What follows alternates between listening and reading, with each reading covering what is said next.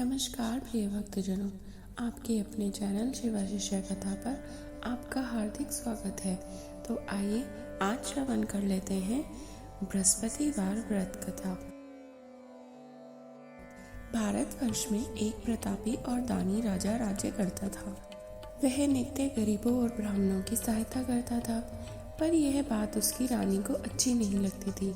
वह न ही गरीबों को दान देती, न ही भगवान का पूजन करती थी और राजा को भी दान दक्षिणा देने से मना किया करती थी। एक दिन राजा शिकार खेलने वन को गए हुए थे, तो रानी महल में अकेली थी।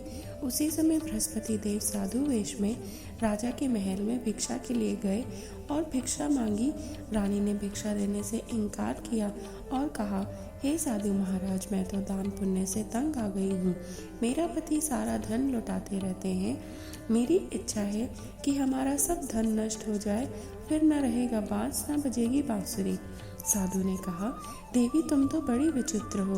धन संतान तो सभी चाहते हैं, पुत्र और लक्ष्मी तो पापी के घर भी होनी चाहिए। यदि तुम्हारे पास अधिक धन है तो भूखों को भोजन दो, प्यासों के लिए प्याऊ बनवाओ, मुसाफिरों के लिए धर्मशालाएं खुलवाओ। जो निर्धन अपनी कुंवारी कन्याओं का विवाह नहीं कर सकते, उनका विवाह करा दो। और ऐसे कई काम हैं जिनके करने से तुम्हारा यश लोक परलोक में फैलेगा। परंतु रानी पर इस उपदेश का कोई प्रभाव न पड़ा। वह बोली, महाराज आप मुझे कुछ न समझाएं। मैं ऐसा धन नहीं चाहती जो मैं हर जगह बांटती फिरूं। साधु ने उत्तर दिया, यदि तुम्हारी ऐसी इच्छा है तो तथास्तु। तुम ऐसा करना कि बृहस्पतिवार को घर लीपकर पीली मिट्टी से अपना सिर धोकर स्नान करना, भट्टी चढ़ाकर कपड़े धोना। ऐसा करने से तुम्हारा सारा धन नष्ट हो जाएगा। इतना कहकर वह साधु महाराज वहाँ से आलोप हो गए। साधु के अनुसार कई बातों को पूरा करते हुए रानी को अभी केवल 3 बृहस्पतिवार ही बीते थे कि उसकी समस्त धन संपत्ति नष्ट हो गई। भोजन के लिए राजा का परिवार तरसने लगा। तब एक दिन राजा ने रानी से बोला कि हे रानी, तुम यहीं रहो, मैं दूसरे देश को जाता हूँ, क्योंकि यहाँ पर सभी लोग मुझे जानते हैं, इसलिए मैं कोई छोटा कार्य नहीं कर सकता। ऐसा कहकर राजा परदेश चला गया।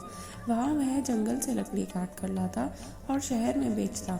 इस तरह वह अपना जीवन व्यतीत करने लगा। इधर राजा के परदेश जाते ही रानी और दासी दुखी रहने लगी। एक बार जब रानी और दासी को 7 दिन तक बिना भोजन के रहना पड़ा, तो रानी ने अपनी दासी से कहा, हे दासी, पास ही के नगर में मेरी बहन रहती है। वह बड़ी धनवान है, तू उसके पास जा और कुछ ले आ, ताकि थोड़ी बहुत गुजर बसर हो जाए। दासी रानी की बहन के पास गई। उस दिन गुरुवार था और रानी की बहन उस समय बृहस्पतिवार व्रत की कथा सुन रही थी।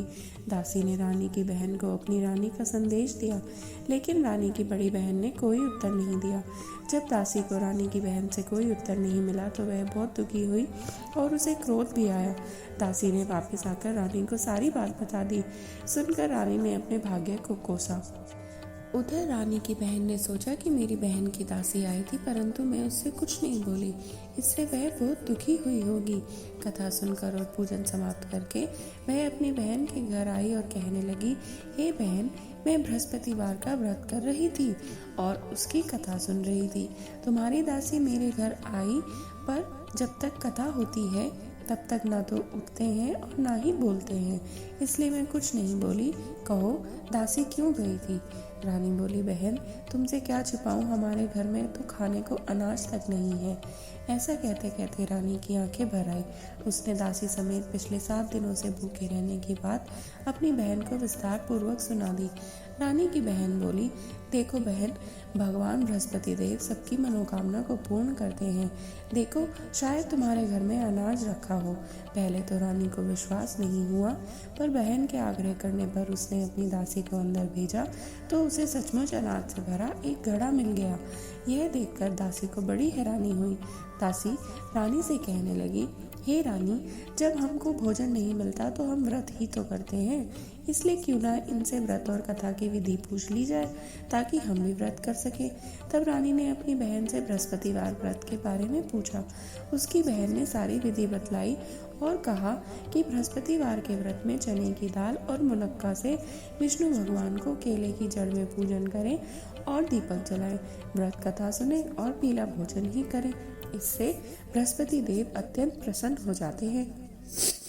व्रत और पूजन विधि बताकर रानी की बहन अपने घर को लौट गई। 7 दिन बाद जब गुरुवार आया तो रानी और दासी ने व्रत रखा, घुड़साल में जाकर चना और गुड़ लेकर आई। फिर उससे केले की जड़ तथा विष्णु भगवान का पूजन किया। अब पीला भोजन कहाँ से लाए, इस बात को लेकर दोनों बहुत दुखी थे। चूंकि उन्होंने व्रत रखा था इसलिए बृहस्पति देव उनसे प्रसन्न हो गए। इसलिए वे एक साधारण व्यक्ति का रूप धारण करके 2 थालों में सुंदर पीला भोजन दासी को दे गए। भोजन पाकर दासी प्रसन्न हुई और फिर रानी के साथ मिलकर भोजन ग्रहण ही किया। उसके बाद वे सभी गुरुवार को व्रत और पूजन करने लगे। बृहस्पति भगवान की कृपा से उनके पास फिर से धन संपत्ति आ गई, परंतु रानी फिर से पहले की तरह आलस करने लगी।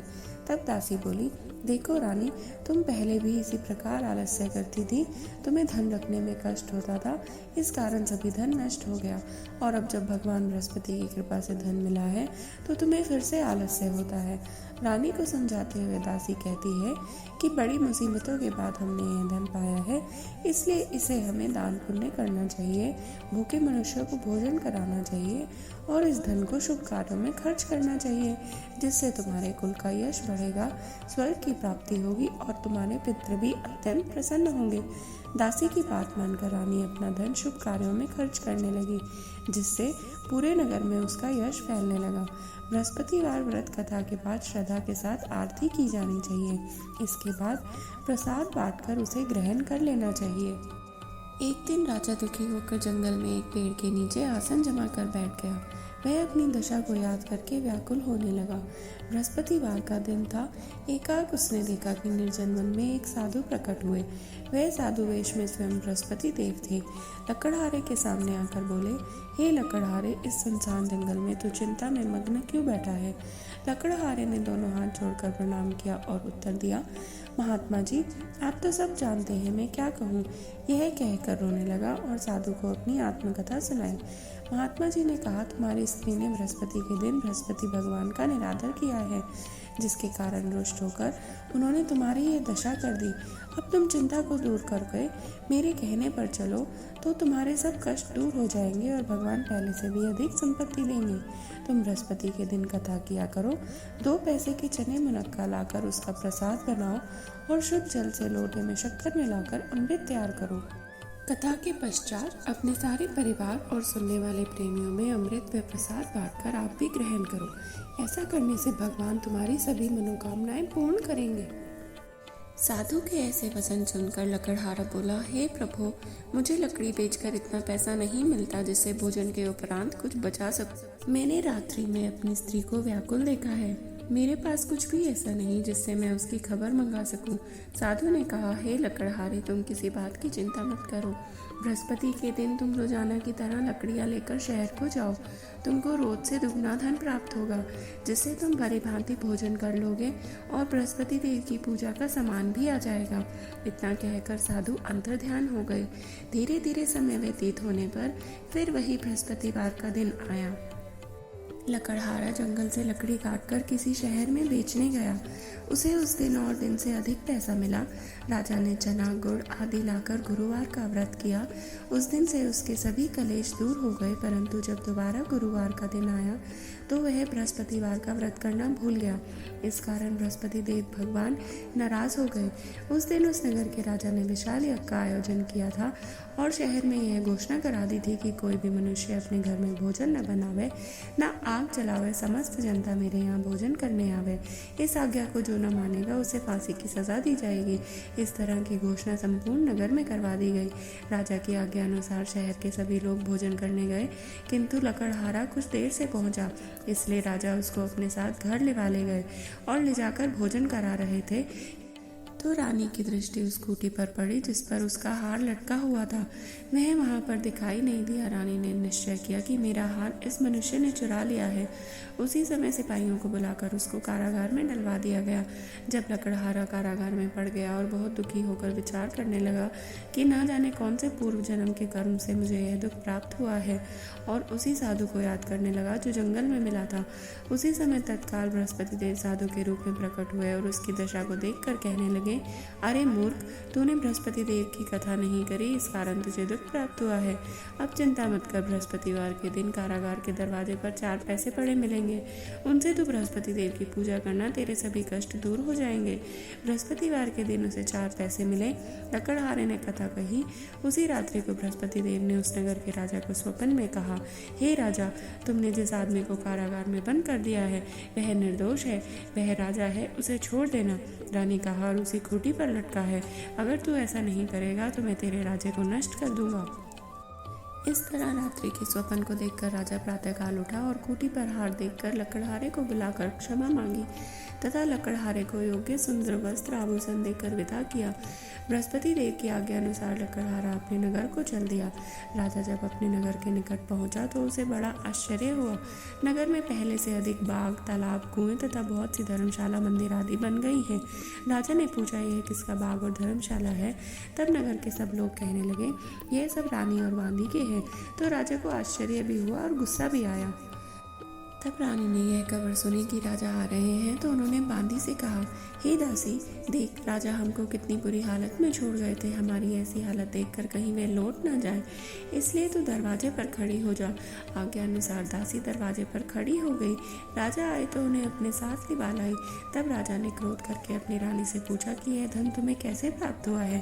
तब उन्होंने कहा, हमें यह सब धन बृहस्पति देव के इस व्रत के प्रभाव से प्राप्त हुआ है। राजा ने निश्चय किया कि 7 रोज बाद तो सभी बृहस्पति देव का पूजन करते हैं, परंतु मैं प्रतिदिन में 3 बार कहानी तथा रोज व्रत किया करूंगा। अब हर समय राजा के दुपट्टे में चने की दाल बंधी रहती थी और दिन में 3 बार वह कहानी कहते थे। एक रोज राजा ने विचार किया कि चलो अपनी बहन के यहाँ हो आवे। इस तरह निश्चय करके राजा घोड़े पर सवार हो अपनी बहन के यहाँ को चलने लगे। मार्ग में उसने देखा कि कुछ आदमी एक मुर्दे को लिए जा रहे हैं। उन्हें रोककर राजा कहने लगे, अरे भाइयों, मेरी बृहस्पति देव की कथा सुन लो। वे बोले, हमारा तो आदमी मर गया है, इसको अपनी कथा की पड़ी है। परंतु कुछ आदमी बोले, अच्छा कहो, हम तुम्हारी कथा भी सुन लेंगे। राजा ने दाल निकाली और जब कथा आधी ही हुई थी कि मुर्दा हिलने लग गया और जब कथा समाप्त हुई तो राम राम करके मनुष्य उठकर खड़ा हो गया। आगे मार्ग में उसे एक किसान खेत में हल चलाता हुआ मिला। राजा ने उसे देखा और उससे बोला, अरे भाई, तुम मेरी बृहस्पतिवार की कथा सुन लो। किसान बोला, जब तक मैं तेरी कथा सुनूंगा तब तक 4 हरिया जोत लूंगा, जा अपनी कथा किसी और को सुना। इस तरह राजा आगे चलने लगे। राजा के हटते ही बैल पछाड़ कर खाड़ कर गिर गए और किसान के पेट में बड़ी जोर से दर्द होने लगा। उस समय उसकी माँ रोटी लेकर आई और उसने भी जब यह सब देखा तब अपने पुत्र से सब हाल पूछा और बेटे ने सभी हाल कह दिया। तो बुढ़िया दौड़ी दौड़ी उस घुड़सवार के पास गई और उससे बोली कि मैं तेरी कथा सुनूंगा, तू अपनी कथा मेरे खेत पर चलकर ही कहना। राजा ने बुढ़िया के खेत पर जाकर कथा कही, जिसके सुनते ही वह बैल उठ खड़े हुए और किसान के पेट का दर्द भी बंद हो गया। राजा अपनी बहन के घर पहुंचा। बहन ने भाई की खूब मेहमानी की। दूसरे रोज प्रातःकाल राजा जगा तो वह देखने लगा कि सब लोग भोजन कर रहे हैं।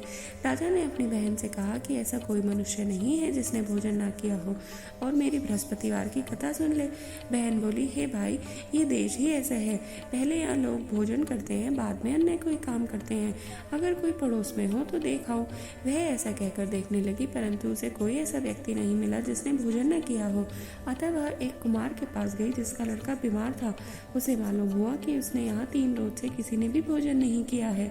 रानी ने अपने भाई की कथा सुनाने के लिए कुम्हार से कहा और वह तैयार हो गया। राजा ने जाकर बृहस्पतिवार की कथा कही, जिसको सुनकर उसका लड़का ठीक हो गया। अब तो राजा की प्रशंसा होने लगी। एक रोज राजा ने अपनी बहन से कहा कि हे बहन, हम अपने घर को जाएंगे, तुम भी तैयार हो जाओ। रानी की बहन ने अपनी सास से कहा। सास ने कहा, हाँ चली जा, परंतु अपने लड़कों को मत लेकर आना, क्योंकि तेरे भाई के कोई औलाद नहीं है। बहन ने अपने भाई से कहा, हे भाई, मैं तो चलूंगी पर बालक नहीं जाएगा। राजा बोला, जब कोई बालक नहीं जाएगा तब तुम ही क्या करोगी? बड़े दुखी मन से राजा अपने नगर को लौट आया। राजा ने अपनी रानी से कहा, हम निर्वंशी हैं, हमारा मुंह देखने का धर्म नहीं है और कुछ भोजन आदि भी नहीं किया। रानी बोली, हे प्रभु, बृहस्पति देव ने हमें सब कुछ दिया है, वह हमें औलाद भी अवश्य देंगे। उसी रात को बृहस्पति देव ने राजा से स्वप्न में कहा, हे राजा, उठ, सभी सोच त्याग दे, तेरी रानी गर्भ से है। राजा की यह बात सुनकर उसको बड़ी खुशी हुई। 9वें महीने में उसके गर्भ से एक सुंदर पुत्र पैदा हुआ। तब राजा बोला, हे रानी, स्त्री बिना भोजन के रह सकती है पर बिना कहीं नहीं रह सकती। जब मेरी बहन आवे तब उससे तुम कुछ कहना मत। रानी ने सुनकर हाँ कर दिया। तब राजा की बहन ने यह शुभ समाचार सुना तो वह बहुत खुश हुई तथा बधाई लेकर अपने भाई के यहाँ आई। तभी रानी ने कहा, घोड़ा चढ़कर तो नहीं आई, गधा चढ़कर आई। राजा की बहन बोली, भाभी, मैं इस प्रकार न कहती तो तुम्हें औलाद कैसे मिलती।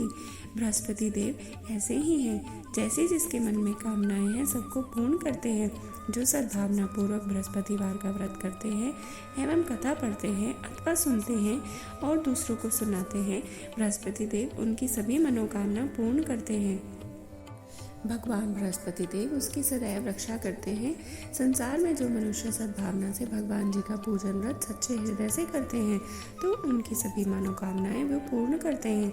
जैसी सच्ची भावना से रानी और राजा ने उनकी कथा का गुणगान किया तो उनकी सभी इच्छाएं बृहस्पति देव जी ने पूर्ण की थी। इसलिए इस पूर्ण कथा को सुनने के बाद प्रसाद खाकर ही जाना चाहिए। हृदय से उसका मनन करते हुए जयकारा बोलना चाहिए। तो सब बोलो, बृहस्पति देव भगवान की जय, विष्णु भगवान की जय। ऐसी ही और कथाओं को सुनने के लिए कृपया सब्सक्राइब करें और बोलते रहें, हर हर महादेव।